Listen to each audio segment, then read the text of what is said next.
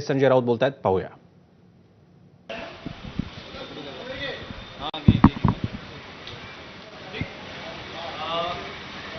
आज पुण्यातल्या एका कार्यक्रमात उपमुख्यमंत्री म्हणजे गुजराती समाजाचाच कार्यक्रम होता आणि आपल्या भाषणाचा समारोप करताना उपमुख्यमंत्री एकनाथ शिंदे यांनी जय हिंद जय महाराष्ट्र आणि काही पॉज घेत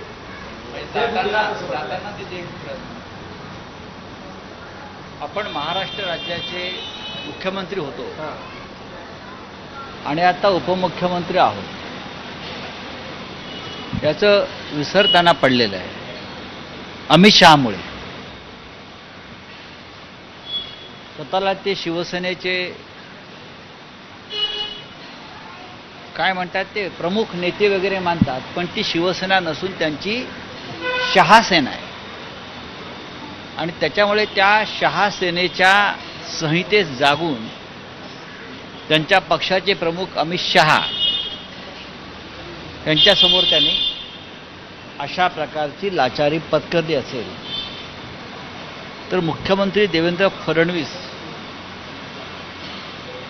यांचं नक्की त्या भूमिकेवर काय मत आहे. बघा, गुजरात हा देशाचा एक महत्त्वाचा भाग आहे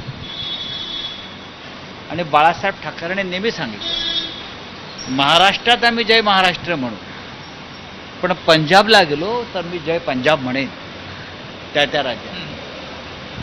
गुजरातला गेलो मी तर जय गुजरात म्हणेन. पण हे महाराष्ट्राचे पहिले मंत्री, उपमुख्यमंत्री आणि माजी मुख्यमंत्री आहेत की ज्यांनी या महाराष्ट्राच्या पुण्यनगरीमध्येच जय गुजरातचा नारा दिला.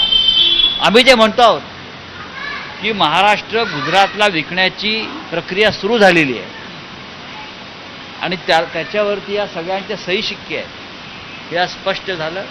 हा महाराष्ट्राचा अपमान आहे. गुजरातविषयी आमच्या मनामध्ये कोणतंही द्वेषभावना किंवा चुकीचे विचार नाही आहे, पण महाराष्ट्राच्या मुख्यमंत्र्यांनी, माजी सध्याच्या उपमुख्यमंत्र्यांनी अशा प्रकारे आपल्या मालकाच्या समोर म्हणजे शहांच्या समोर जय गुजरात म्हणणं म्हणजे त्यांच्या मनात नक्की काय चाललंय याचा हा उद्घोष आहे. ते डुप्लिकेटच आहेत. त्यांच्या पक्षाचे प्रमुख अमित शहा आहेत ना, म्हणून तर ते डुप्लिकेट नाही, तर त्यांना मी शहासेना असं म्हणतो. ही शहासेना आहे आणि आपण शहासेनेचे सरदार आहोत. अमित शहानी नेमलेले हे आज त्यांनी पुण्यनगरीमध्ये जो